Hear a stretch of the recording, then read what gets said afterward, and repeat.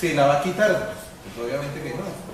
O sea, hoy por ejemplo el ministro de Agricultura, el ministro Iragorri, que es hijo de otro Iragorri de los del Cauca, son grandes latifundistas, tienen también baldíos en el Chad. ¿Tú crees que ellos van a decir, aquí hay una norma que dice que hay que quitarle la tierra al que la tiene ociosa? No. Pues entonces ahí nosotros tendríamos que entrar, como yo soy estudiante de Derecho, nosotros los estudiantes de Derecho tendríamos que comenzar a entrar a hacer valer realmente la ley, porque pues por algo está hecha. O sea, ¿qué posición tendríamos realmente? Y realmente cómo es que está manipulada la justicia, porque es que la justicia está totalmente manipulada y está controlada. Decimos que tenemos ramas de poder, pero realmente tenemos un poder concentrado, una sola persona maneja las 8 familias y realmente los que estamos abajo siempre somos los que estamos siendo atacados o reprimidos de cierta manera. Un abogado que llegara a hacer eso realmente termina muerto a los 8 días de que puso la primera demanda. Entonces, ¿qué posición nosotros tendríamos? O sea, digo, en el campo de nosotros los abogados, llegar a realmente hacer que esa ley se haga, o para que hacemos normas. No, hay muchos elementos ahí que están en juego, o sea, que tienen que ver con las posiciones éticas, políticas, sociales, que digamos, lo tienen que llevar a reflexionar, bueno, yo dónde estoy, con quién estoy. Ahora, hay que dar la pelea hasta donde se puede en el campo del derecho, evidentemente, pero digamos que uno no puede ser ingenuo en el sentido de decir, no, es que hay todas estas leyes y es como que fácil, no, es una punta fuertísima, fuertísima. Entonces hay que formarse, hay que estudiar, hay que tener las herramientas para dar la pelea. Ahora, esas luchas jurídicas siempre tienen que acompañarse de luchas sociales, de movilización. O sea, finalmente lo que nos muestra y nos enseña la historia es que el poder no da nada por las buenas, gratuitamente. O sea, el poder no llega y dice, ay, no, es que yo veo que toda esta gente está como miserable y desposeída, vamos a ver, no, nunca ha sido así en la historia, o sea, siempre esa es la dimensión del antagonismo, del conflicto, de la contradicción, la que permite abrirle, sobre todo a los desposeídos y a los de abajo, abrirle posibilidades de existencia digna, ¿no? Ahora, uno como profesional tiene que reflexionar, bueno, ¿yo dónde vengo? ¿Dónde estoy? Porque tú fácilmente te puedes decir, no, pues hay una transnacional que me paga no sé cuánto por usar el derecho contra los pobres. Yo quiero mucho dinero, bueno. O tú dices, bueno, no, yo estoy ya eso es un problema como más ético, personal, una reflexión pues, de cada uno en últimas, ¿no? De conciencia, bueno, todo ese tipo de cosas. Durante toda la conversación se han tocado varios temas, ¿no? Se ha tocado la cuestión de las víctimas, la parte de la restitución de tierras que, pues como lo acabas de decir, no es muy viable o no se va a hacer como se debería hacer. Al principio del proceso de paz, el negociador del gobierno, que en este momento se me olvidó el nombre, dijo que lo único que no se iba a negociar era el modelo. Entonces la pregunta va hacia eso: si el modelo es lo único que no se va a negociar, estamos llegando a la conclusión de que el modelo es el causante del problema. ¿Qué cree usted que va a pasar con el proceso de paz? Esa pregunta está muy bien. Venga, démosla ahí, escuchemos otra. Déjame pensar. ¿Hay alguna otra? ¿Para qué me estás preguntando? No, se fue. ¿Qué me tocó pensar la respuesta? No, esa pregunta está muy interesante. No, porque la ciencia, es muy complicado de las ciencias sociales no decir, ver como hacia el futuro qué es lo que va a pasar. Ahora, uno, digamos, puede hacerse como entretejer hipótesis, ¿no? Posibilidades, hay estas posibilidades.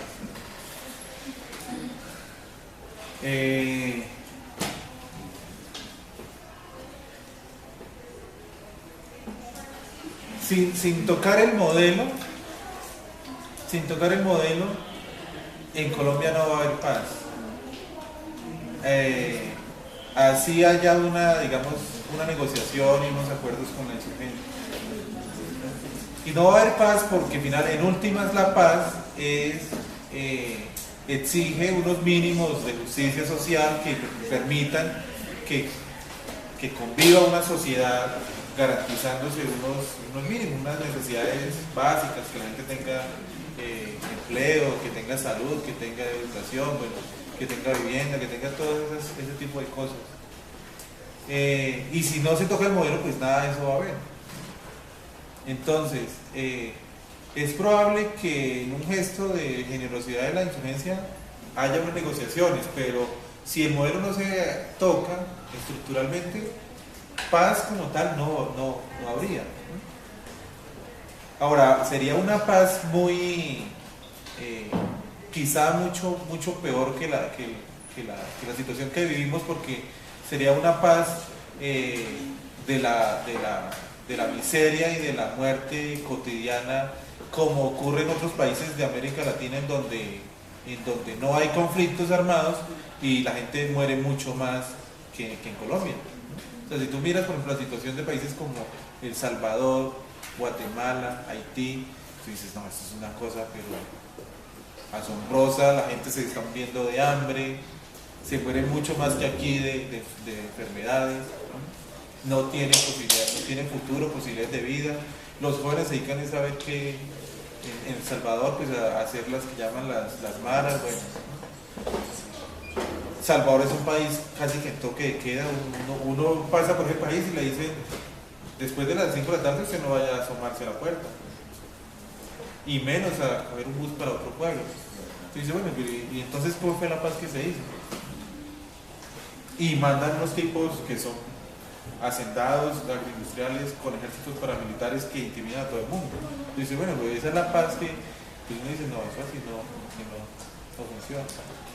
Entonces, si no se toca el modelo, no va a haber paz. Ahora, ¿qué es lo que ocurre? Que finalmente la afectación sobre el modelo tendría que ser la afectación sobre el sistema de producción capitalista como tal, en últimas. Y ese pulso, pues, finalmente lo tiene que dar es la sociedad, o sea, la sociedad convencida de que esta forma de vida en términos sociales, políticos, no le sirve, tiene que movilizarse por crear alternativas y otras formas. Y sobre todo ustedes, que son las generaciones que vienen, que tienen toda la energía para soñar, para luchar, para hacer cosas. Ustedes están en los 15, en los 18, 20. No hay nadie que tenga más como de 25 o 30, muy poquitos. Tenemos 22, continuamos. Pero uno ya rozando por allá los 50, los 60, ya uno no tiene la misma fogosidad ni... Ya algo que hace el sistema es que le acaba a uno la imaginación, la capacidad de soñar, la capacidad de imaginar se le acaba, y la capacidad de luchar. O sea, uno encuentra a la gente de la generación de uno y ya muy resignada, ¿no? Como que no, esto ya, o sea, como que no, esto ya, muy desesperanzada. Ustedes casi que por naturaleza digamos, del desarrollo biológico, uno está con toda la energía del mundo y con todas las esperanzas. Y pues hay que soñar y tratar de hacer cosas. O sea, si uno encuentra a un joven como usted, resignado, y diga, no, esto no hay nada de esperanza, uno dice, no, estamos muy graves. ¿Una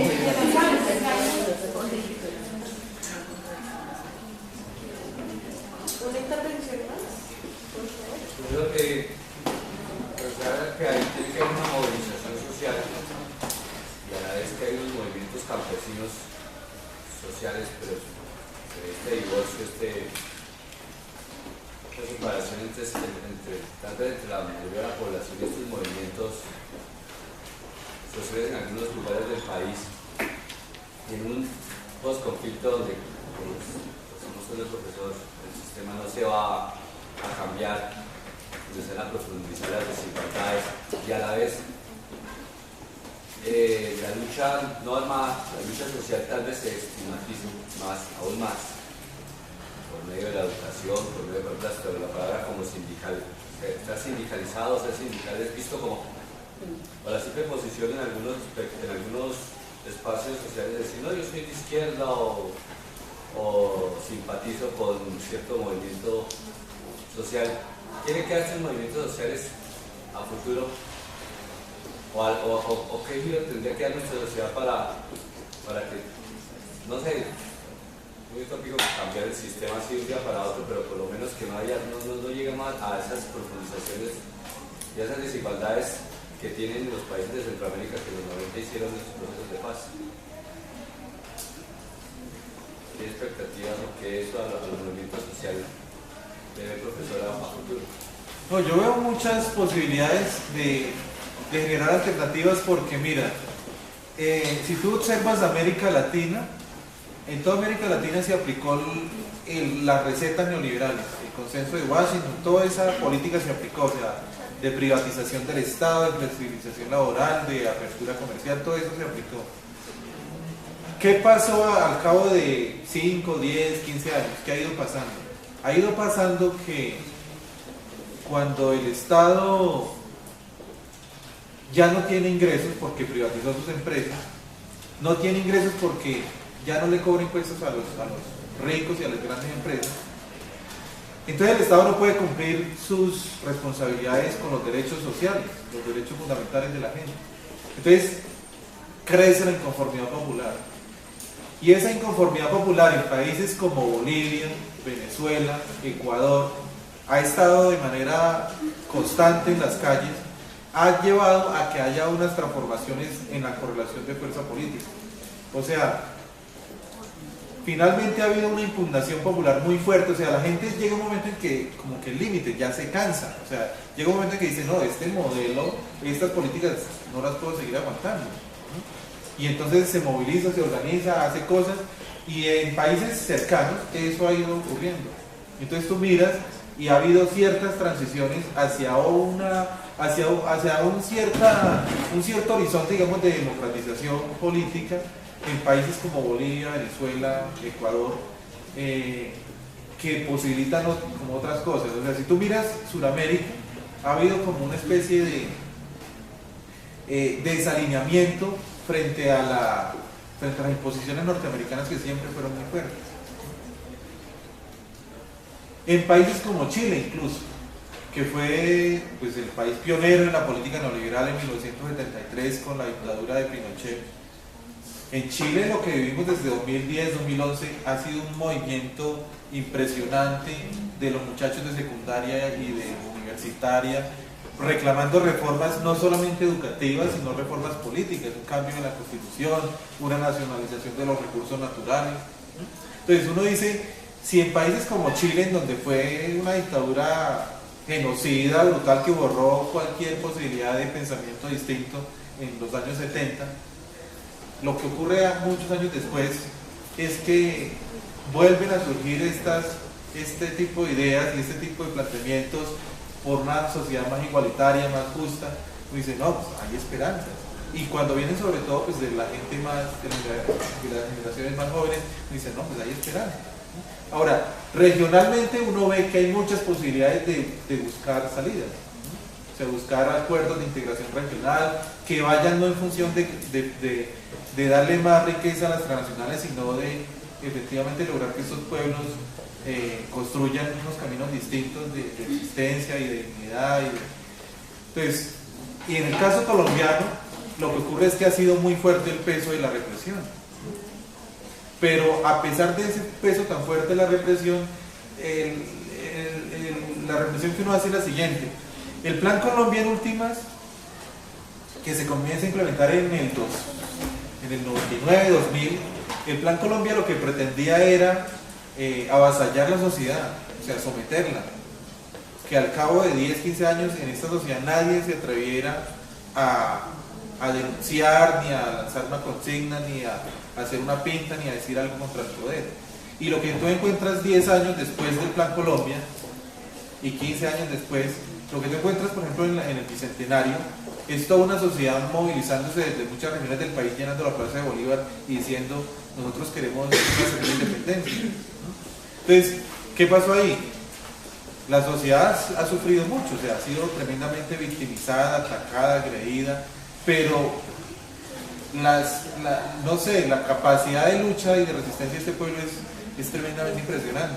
Entonces, yo, por ejemplo, yo digo, no, las esperanzas aquí están, o sea, no estamos derrotados,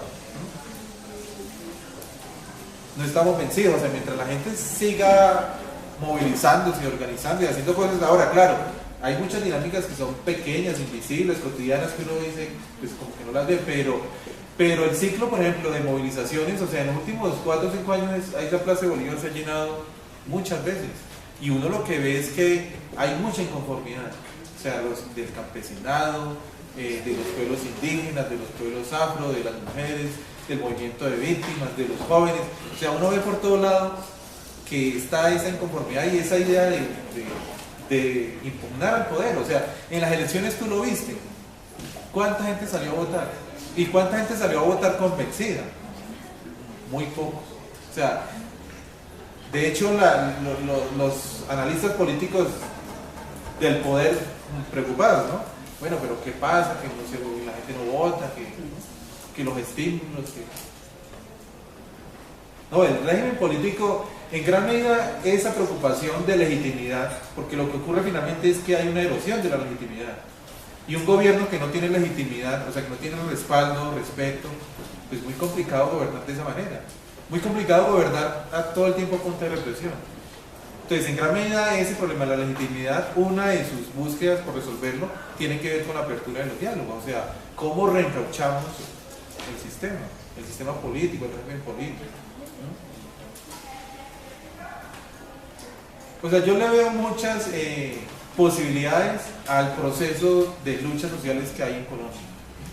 Ahora, claro, hay problemas, por ejemplo, de cómo lograr mejores articulaciones, cómo buscar unos proyectos de unidad un poco más fuertes, porque uno lo que sí capta es que hay mucha dispersión, o sea, por un lado que los de no sé qué, los de lo tal, y cada uno como que diciendo, no, lo mío es lo más importante. No, hay que tratar de llegar a acuerdos, a consensos. Bueno, vamos a hacer una agenda común, una plataforma común de lucha, pero creo que hacia allá se han venido dando pasos muy importantes. O sea, en la cumbre de febrero participaron casi todas las organizaciones del sector agrario y todo eso.